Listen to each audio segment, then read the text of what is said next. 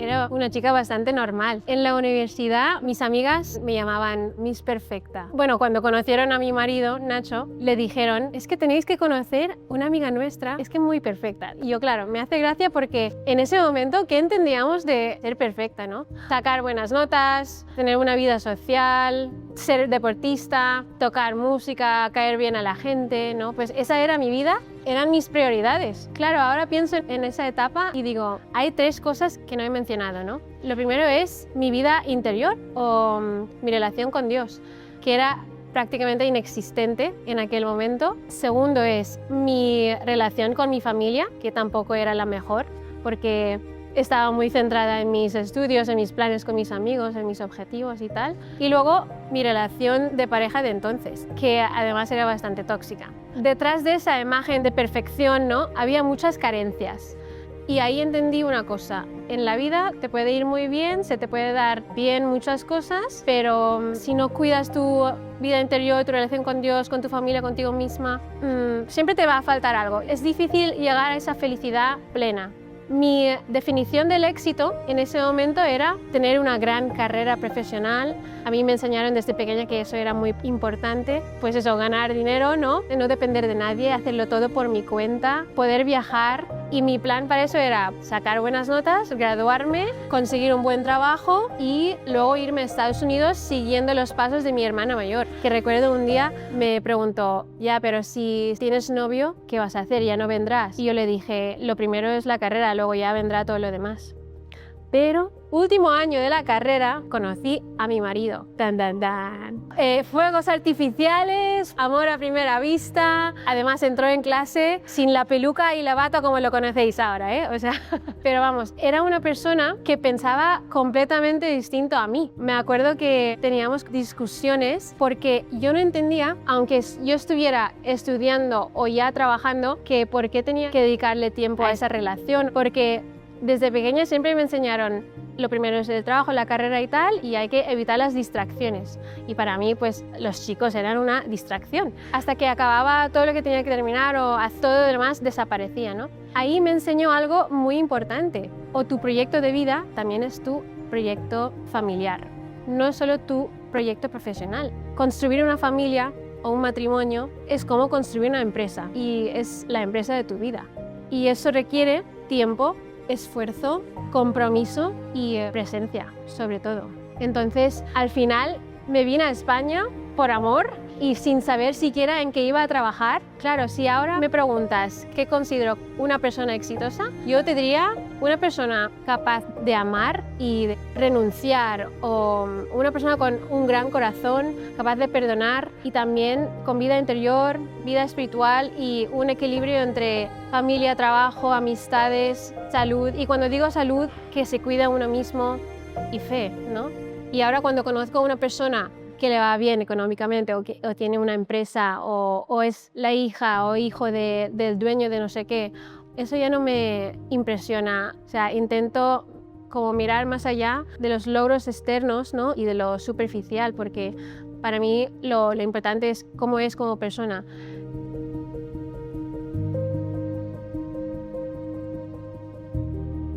Hay tres momentos que marcaron completamente mi vida. Y en esos tres momentos es imposible no mencionar a Dios, porque cada uno de ellos tuvo un impacto enorme en mi vida de fe. El primero sería el fallecimiento de mi madre. Ella murió cuando yo tenía 16 años por un cáncer de páncreas y los médicos le diagnosticaron cuando ya estaba en una fase muy avanzada. Nos dijeron que solo tenía de 3 a 6 meses, ¿no? Pero al final estuvo con nosotros 14 meses más. Recibir noticias así, siendo adolescente, y perder a tu madre en cuarto de la ESO con 16 años, es que es muy duro. Yo estaba muy cercana a ella, muchísimo más que a mi padre. Eso me dejó bastante perdida emocionalmente. Y yo recuerdo vivir mi etapa universitaria bastante alejada de Dios. Me rebelé un poco, ¿no? Y esto me lleva al segundo momento, que fue conocer a mi marido y dejarlo todo para venir a España. Entonces, los dos veníamos de familias con valores cristianos, pero cuando nos conocimos estábamos alejados en ese momento de la fe. Y cuando empezamos la relación, empezamos a salir, algo tuvimos claro, volver a acercarnos a la fe, ¿no? Intentamos pues empezar a ir a misa juntos, confesarnos. Cuando ya estábamos a distancia, nos apoyamos mucho en la fe porque es que la distancia es muy dura. Entonces, eso para mí fue una señal muy importante porque cuando estás con una persona que te inspira a mejorar y crecer, acercarte a lo bueno, eso para mí fue una green flag enorme. Total, que al final me vine a España con 23 años, luego me casé con 24 y claro, suena muy romántico decir lo dejé todo por amor, ¿no? Pero al final no fue nada fácil. O sea, llegué a un país en el que no conocía a nadie, no hablaba ni el idioma, no sabía ni cómo vestir. Me acuerdo llegar a Valencia en pleno invierno, estaba granizando y todo. Y claro, no poder comunicarte con nadie, la gente hablaba, se reía, no te enterabas de nada. Y luego no podía ni hacer entrevistas de trabajo, que eso para mí era, vamos, importantísimo porque yo pensé que con el trabajo que tenía en Filipinas iba a encontrar un trabajo enseguida, pero no fue el caso. Me sentía como pues poco productiva y no, como que no servía para nada, ¿no? Era como una etapa en la que estaba bastante triste y cogí una mini depresión ahí.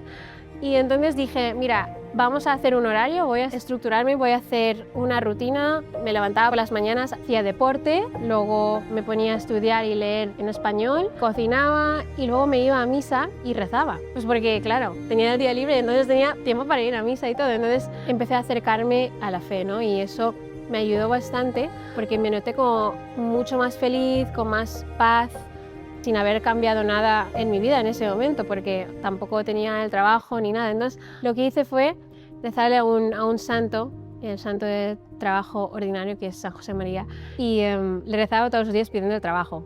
Curiosamente, el primer día de mi primer trabajo en España fue el 9 de enero, es el cumpleaños de ese santo. Entonces ahí me quedé como, madre mía, esto sí que funciona. Ahí empezó realmente mi conversión, ¿no? Y podéis decir, si ya eras católica. Ya, pero es que una cosa es ser católica culturalmente y decir, voy a misa cuando pueda, de vez en cuando, tal, y otra cosa es realmente experimentar a Dios en tu vida, ¿no? Y saber cuánto te ama, cuánto lo necesitas, cuánto transforma. Y entonces esto me lleva al tercer momento, que fue pues el tema de la infertilidad. No sé si habéis visto el vídeo que subimos en las redes. Llevábamos 3 años casados sin conseguir quedarme embarazada. Los médicos decían, tranquilos, está todo perfecto, sois muy jóvenes, ya llegará. Un día, después de una prueba muy dolorosa, me dijo un médico que nos iba a ser muy difícil tener hijos. Y claro, yo me quedé como si el mundo se me cayese entero, ¿no? Como, ¿qué me estás contando? Salí de ahí llorando y me acuerdo, mi marido se quedó en shock diciendo, pero ¿qué te han hecho ahí? ¿Qué te ha pasado? Es que no podía ni hablar. Nos tuvimos que irnos a las escaleras del hospital y tal, y ahí pues pude tranquilizarme un poco y contarle todo eso, ¿no? Ese día fue bastante duro. Nos fuimos a casa de mis suegros para contárselo a mi suegra. Me acuerdo, la pobre también estaba llorando ahí, consolándome. Y nada, pues vivimos días, semanas, meses, años muy duros. Te sientes como menos mujer, ¿no? Y te sientes un poco como un fracaso. Porque siendo una mujer, no poder darle un hijo a tu marido, ¿no? Jolín, te sientes culpable. También me comparaba mucho con mis amigas que se quedaban embarazadas una tras otra. Habían soluciones médicas, pero chocaban con nuestros valores y con nuestra fe.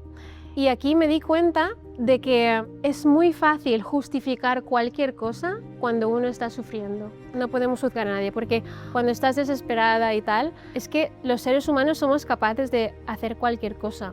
Lo que voy a decir ahora es una de las cosas más importantes que me he dado cuenta, que la gente que tenemos alrededor, la gente que elegimos, nuestros amigos, nuestra familia, nuestra pareja, es súper importante en esos momentos más críticos de nuestra vida, porque cuando estás vulnerable, débil, desesperada, necesitas a esta gente para sostenerte y darte luz y decirte las cosas que necesitas escuchar, no lo que quieres escuchar.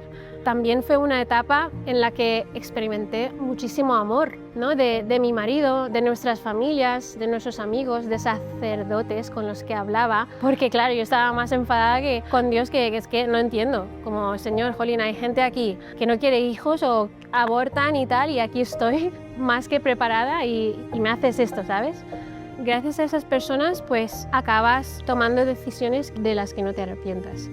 También mi marido me dio mucha paz cuando me dijo, vamos a ser felices, pase lo que pase, sin hijos o con hijos. Y acuérdate que yo me casé contigo no solo para tener hijos, o sea, yo me casé contigo porque quiero estar contigo y te he elegido a ti. Y creo que eso es muy importante decírselo a tu mujer, o bueno, viceversa, ¿no? Eso me dio una paz, me quitó un peso encima y era como, jolín, pues vamos a por ello juntos, pero sin presión, ¿no? Y que podemos ser felices, pase lo que pase. Total, que después de unos años de 3 cirugías, yendo de un médico a otro, encontrar los médicos adecuados, yendo a ese médico cada mes, tratamientos, hormonas, pastillas cada día del ciclo, mucho desgaste emocional y físico, pues al final decidimos hacer algo que me parecía una locura, que era hablar públicamente de esto en las redes. Y claro, no fue nada fácil, daba mucho miedo, pero teníamos paz. Si hay algo que tengo claro ahora es que Dios nos ama, nos quiere un montón. Y yo creo que es algo personal que cada uno tenemos que saber, ¿no? Porque durante este camino me di cuenta de que si me quiere un montón y me he dado de todo en esta vida, una vida maravillosa, un marido que me quiere un montón, un matrimonio feliz, una familia, amigos, un trabajo que disfrutamos, nos ha dado todo eso. Y Él, sabiendo que seguimos queriendo ser padres, todo el mundo rezando por nosotros, aún no nos lo concede, será por algo. Y hay que confiar en eso. Y a lo mejor no estaría aquí hablando delante de vosotros si tuviera un hijo. Al final aprendí que mi felicidad no depende únicamente de ser madre. Y eso me ha unido a mi marido y a Dios más que nunca.